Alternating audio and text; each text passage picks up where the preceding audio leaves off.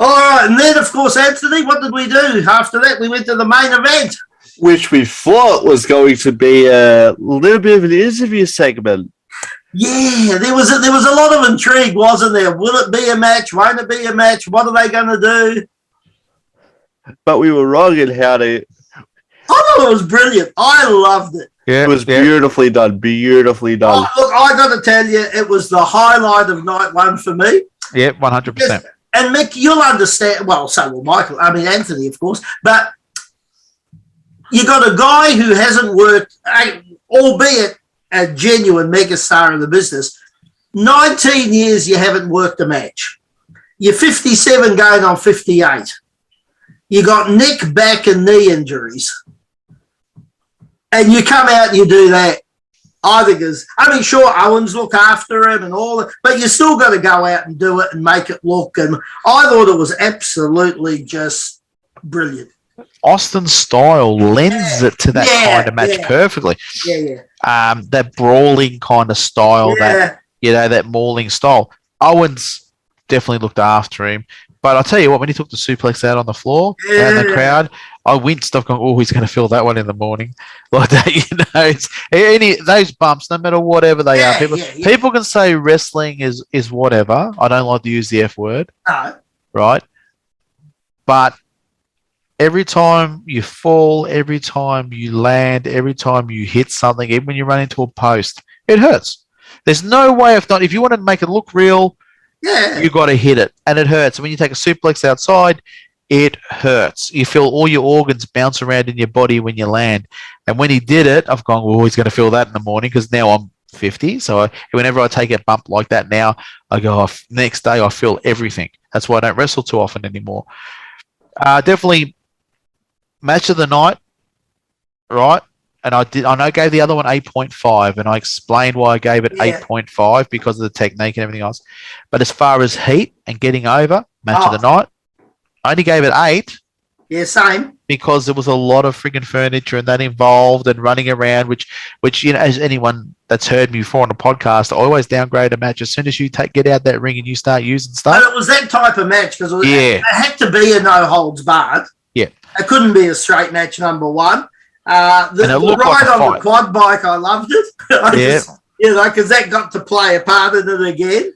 But Owens was trying to ride away on the quad bike, and the way that when KO was going with the chair, but it bounced off the rope and hit his own head, so that he could go into this beautifully fed into it. Wasn't it beautiful?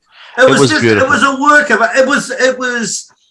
It was what's the word I'm looking for? It was a genuine main event sort of. It was one of the rare ones in a long time. With a genuine superstar that everyone wanted to see that we never ever thought we would see again. I mean, if you haven't worked in 19 years, the chances are you're not coming back at 58. I'd like to know what they paid him. Oh my Lord! They promote his beer for him? Oh, didn't they? Even on night 2 with Vince holding it up and doing the whole bit, and we'll talk about that on our day 2 segment. But didn't they? The bear and him, and I think more than anything, it allowed him to sort of go out the way he probably wanted to. Yeah, I agree. He never really got a chance to go out the way he wanted to. No, he didn't. The last match was literally he was in the back, and I think that. I don't know. I think a couple of days earlier they said you got to give this up. You've got. I think he's suffering the same thing. I think that Big E is going to suffer, where he's got the C1 is damaged, and it never really repairs itself, and it's the one that's right on the brainstem. So if something goes wrong, it's catastrophic. So I think that. That's why I don't think we'll see Big E back. I can't see him coming back. Oh, really? Yeah, I can't see it. Not by what I heard. It would be a shame. That would be a shame. It's sad too. Young guys. Any wrestler that's injured, whether Oh yeah, no matter whatever it is. Yeah. But it allowed him just to go out on, and you could tell he enjoyed it. Oh yeah, he was beaming. He was happy. He was buggered. but you know what? Sure, he was a step slower, and naturally at 58 you're going to be, and the whole. I thought he performed admirably. He did really well. Done great because the style of match suit. It was a brawl. There wasn't worrying about any technical stuff. It was a fight. No, it was just, And that's when Austin's at his best, when it's a fight. yeah. It's a pure fight. That's when he's at his best. You know, when he's beating somebody up. He did down some beers, though. Oh, yeah. The one he wasn't pissed when he got back to the dressing room. It would have been half cut. He wasn't staggering. He wasn't staggering because he was hurt. I gave it an 8. I gave it an 8 as well. Yeah, but brilliant and so worthy of a main event. Yep, and it's one of the best main events for a long time. Yeah, big time. Yeah. Because, you know, I mean, it was just a fun match. You know, Owens worked hard for him. He made Austin look like $1 million. Austin done the whole Stone Cold thing, which the fans, I mean, 19 years, this is a sad thing. Yeah. This is a sad indictment of wrestling today, right? Because wrestling today, the performers today, right, are not over anywhere near as much as the guys. When you got guys coming back after 19 years and getting a bigger pop, you know, and there's something to say about how either WWE or wrestling promotions in general are booking people, or how the performers are getting themselves over. You know, I think there's something that needs to be looked at, you know, for the health of the business. Not for anyone, for the health of the business in general. Because we want to see another Stone Cold. I want to see another Rock. I want to see another. I can't see anyone doing it. No, but I'd like to see that there's guys coming through, maybe not carbon copies, but with that kind of heat. Charisma, that heat. Yeah, that kind of but you and being I have over. often spoken about, you know, who is the next potentially Hogan, Rock, Stone Cold, Undertaker, Kane. I mean, we could rattle off a whole list. There's no one at the moment that would make you run out of your front door to go and see. Well, there's potential there, though. Like Austin Theory. Austin Theory, you've got a potential. I like him. But he's just going to be another Cena, which is nothing wrong with that. But he will be Cena. You know, you've got a guy who has a lot of charisma, right? That is potentially your next brash young guy that is going to burn the world, which was what Rock was. You know, but they won't allow him to do that. And I'll tell you why, partly, and I could be wrong on this, but I think that the WWE doesn't want stars bigger than their brand. But that's what made their brand. Yeah, but I think their brand now is at a point where it's the brand. Like, you think people, I watch WWE, you don't say wrestling anymore, like young people with WWE. Right? Yeah. So the brand is like UFC's become bigger than the sport that it is. WWE's become bigger than the sport that it is, or they believe. If I make a star bigger than the sport, look at CM Punk, right? CM Punk's now gone to AEW, right, and is burning like wildfire over there at the moment, right? He can go to the ring and fill the stadium just knowing that he's going to be there because he's bigger than the promotion. And you, as a promoter, you need people bigger than the promotion to draw people to your promotion.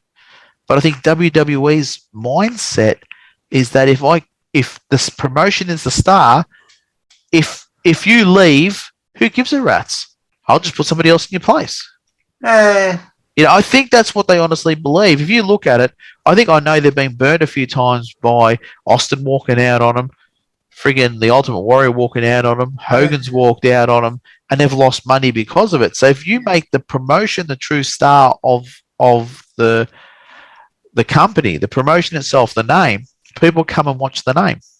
And it doesn't really translate like that in real world, but I think that's what they think. That's why everything's down. You need your Rocks, you need your Austins, you need, I'm not saying these people specifically, but these people like superstar Billy Grahams, your Roddy Pipers, your Andre the Giants, these people that are stars that transcend the promotion that people want to come and see when they're on your cards. Yeah, but see, I don't think there's anyone there that's like that now. There's no one really there that you would absolutely watch. Let's say 94, WWE 94, right? Who was really there then?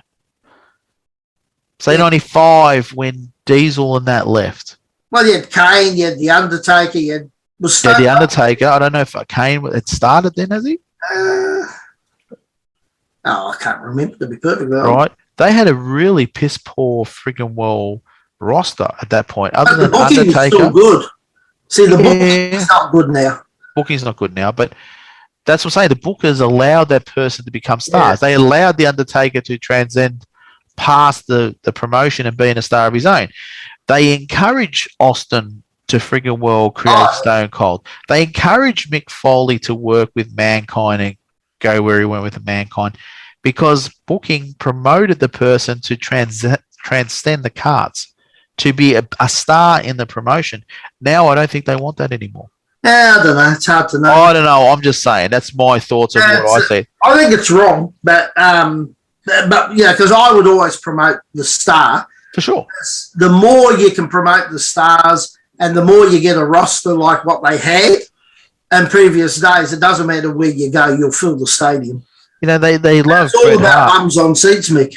That's exactly right. They love Bret Hart, but he's a $400,000 a year champion that was 100% loyal to WWF. Yeah. So he wasn't going to go anywhere. No. You know? Shawn Michaels was not liked in the WCW locker room, so he wasn't going anywhere. So you could put the belt on these guys because you knew they were safe bets. But imagine, I think the Ultimate Warrior done him in when they held him up for $1 million or something at 92 SummerSlam. Did they? I think it was 92 SummerSlam or something like that the Ultimate Warrior held him up. Wouldn't go out there for $1 million unless they got $1 million extra. Shit. Some ridiculous amount of money.